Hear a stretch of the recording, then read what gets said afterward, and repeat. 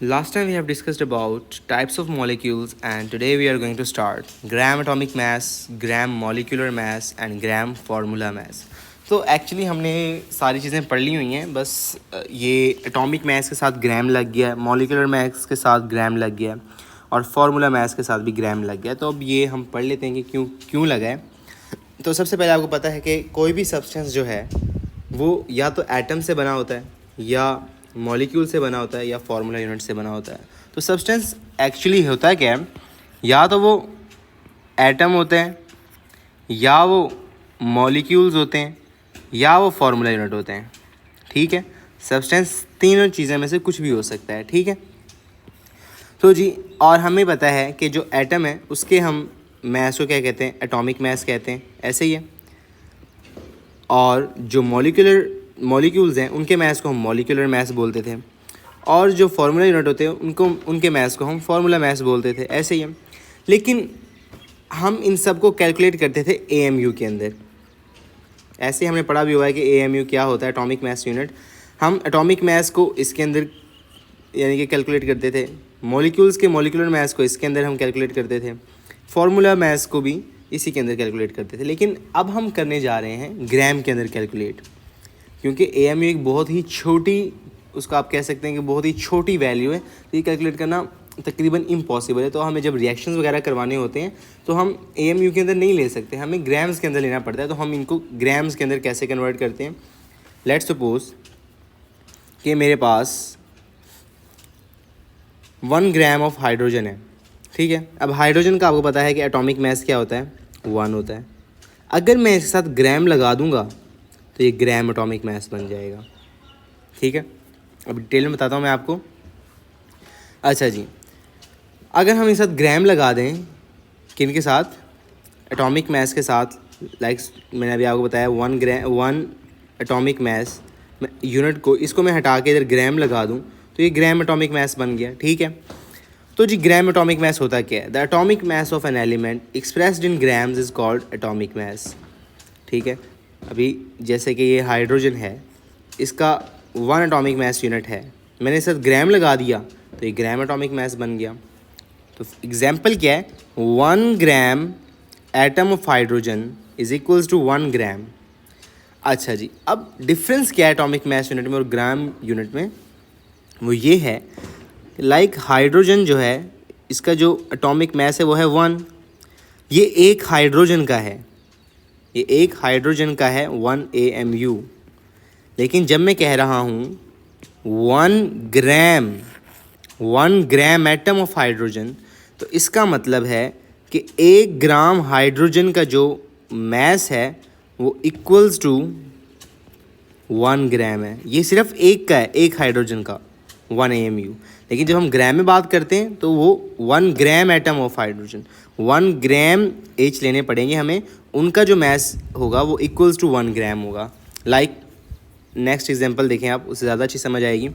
1 gram of atom of carbon.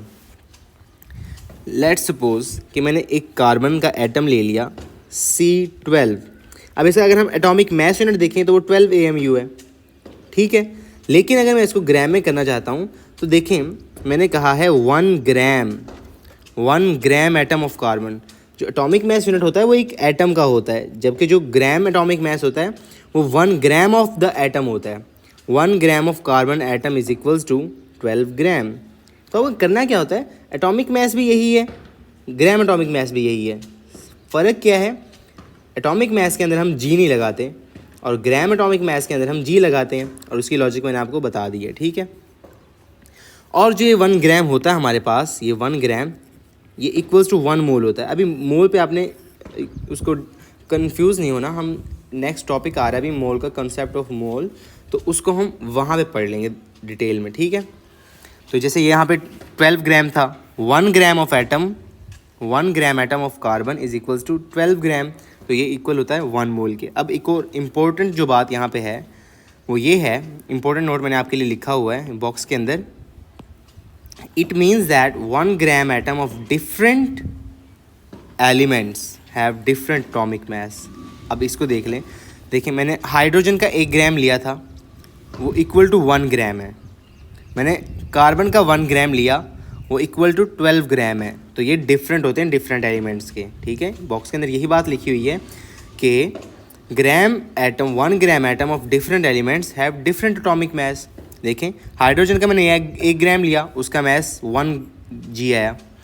मैंने 1 gram of मैंने carbon लिया तो उसका मास 12 ग्राम आया। इसी तरह अगर मैं नाइट्रोजन ले लेता हूँ, लेट्स सपोज कि मैंने नाइट्रोजन ले लिया, नाइट्रोजन का 14 होता है जो एटॉमिक मास यूनिट है। अगर मैं 1 ग्राम लेता हूँ इसका तो वो इक्वल्स टू 14 ग्राम होगा, ठीक है। तो हर किसी का डिफरेंट होगा।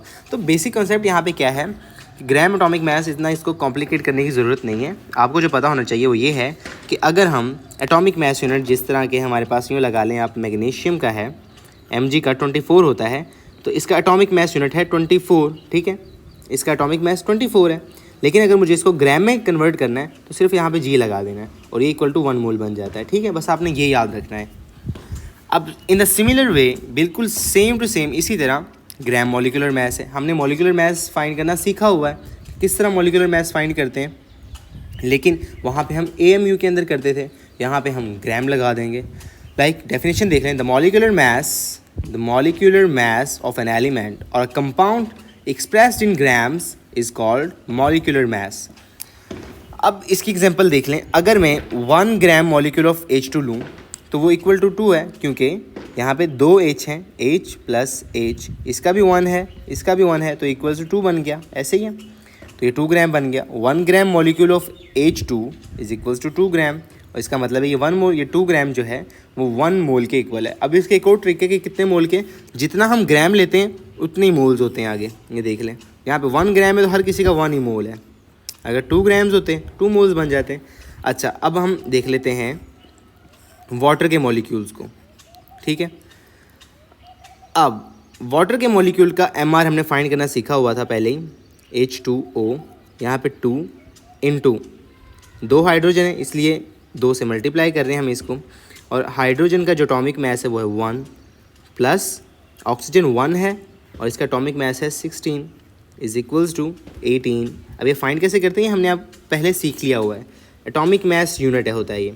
लेकिन अगर मैं यहाँ पे ग्राम लगा दूँ तो ये ग्राम मॉलिक्यूलर मास बन गया। क्या बन गया, ग्राम मॉलिक्यूलर मास बन गया। पहले ये मॉलिक्यूलर मास है simple, 18 AMU is molecular mass, लेकिन अगर मैं इस AMU को हटा के यहाँ पे G लगा देता हूँ तो ये क्या बन जाता है, ग्राम मॉलिक्यूलर मास, और ये इक्वल होता है 1 मोल के। आगे हम H2SO4 की बात कर लेते हैं, सल्फ्यूरिक एसिड की।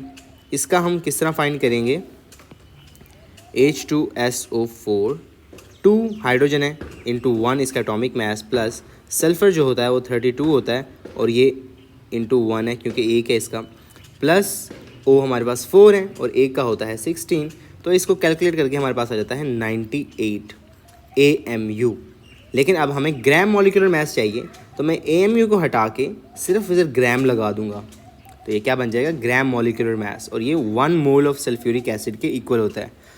तो जी बेसिक जो यहाँ पे चेंजिंग आई है, मेनली यहाँ पे जो चेंज है वो ये है कि हम सिर्फ AMU को हटा के ग्राम लगाते जा रहे हैं। तो वो क्या बन जाता है, पहले वो टाइम एटॉमिक मास था, ग्राम लगाया तो ग्राम एटॉमिक मास बन गया। पहले मॉलिक्यूलर मास करते थे, ग्राम लगाया तो ग्राम मॉलिक्यूलर मास बन गया। तो ये डिफरेंस है यहाँ पे। अब ग्राम फार्मूला मास भी कर लेते हैं। हमने फार्मूला मास निकालने का तरीका सीखा हुआ, किस तरह निकालते हैं, लाइक NaCl है, NaCl, Na का 23 था, Cl का हमारे पास 35.5 होता है, इनको इक्वल करें तो हमारे पास 58.5 AMU। यह आ गया फार्मूला मास, यह है फार्मूला मास, यह है फार्मूला मास। लेकिन अगर मैं इसी चीज़ को यहाँ से कॉपी करता हूँ अगर, और मैं इस AMU को हटाकर यहाँ पे ग्राम लगा देता हूँ तो ये क्या बन जाएगा, ग्राम फार्मूला मास। तो जी मेन जो चेंज है यहाँ पे मैं आपको बार बार बता रहा हूँ, वो सिर्फ इसकी, ज़्यादा कंफ्यूज होने वाली बात है ही नहीं इसके अंदर कोई। AMU को हटा के अगर हम ग्राम लगा दें तो वो ग्राम, चाहे वो मॉलिक्यूलर मास है, वो एटॉमिक मास है, वो फार्मूला मास है, अगर उस साथ ग्राम लग गया है तो वो ग्राम फार्मूला मास बन गया। अगर वो मॉलिक्यूलर मास है तो ग्राम मॉलिक्यूलर मास बन गया। एटॉमिक मास था उसके साथ ग्राम लगा दिया तो ग्राम एटॉमिक मास बन गया, ठीक है। इसकी डेफिनेशन देख लेते हैं हम ग्राम फार्मूला मैस की। The formula mass of an ionic compound expressed in grams is called gram formula mass. For example 1 gram of formula of NaCl is equals to this. मैंने अभी आपको बताया NaCl का एटॉमिक मैस यूनिट जो है वो 58.5 है, लेकिन अगर ग्राम लगा देंगे तो फार्मूला ग्राम फार्मूला मैस बन जाएगा और ये इक्वल होता है 1 मोल के, क्योंकि 1 ग्राम मॉलिक्यूल 1 मोल के इक्वल है। ये भी हम आगे मोल कॉन्सेप्ट ऑफ मोल के अंदर बड़ी डिटेल में पढ़ लेंगे अभी। तो बस आपको अभी यहाँ तक ये पता होना चाहिए कि ग्राम मॉलिक्यूलर मैस क्या होता है, ग्राम फार्मूला मैस क्या होता है और ग्राम एटॉमिक मैस क्या होता है। और इसको याद करना कोई डिफ़िकल्ट बात नहीं है, क्योंकि मैंने अभी आपको बड़ी ईजी वर्ड्स में बताया है कि कोई डिफरेंस है ही नहीं इसके अंदर। AMU को हटा के अगर उसकी जगह सिर्फ ग्राम लगा दें तो वो ग्राम एटॉमिक मैस बन जाता है, ग्राम मॉलिक्यूलर मैस बन जाता है, ग्राम फार्मूला मैस बन जाता है। और ये formula mass, molecular mass, atomic mass find किस तरह करते हैं ये हमने ऑलरेडी बड़ी डिटेल के अंदर एक लेक्चर के अंदर डिस्कस कर लिया हुआ है, ठीक है। सो आई होप कि आपको ये क्लियर है और इसको हम यहीं तक रखते हैं। इससे आगे हम नेक्स्ट लेक्चर में कंटिन्यू करेंगे।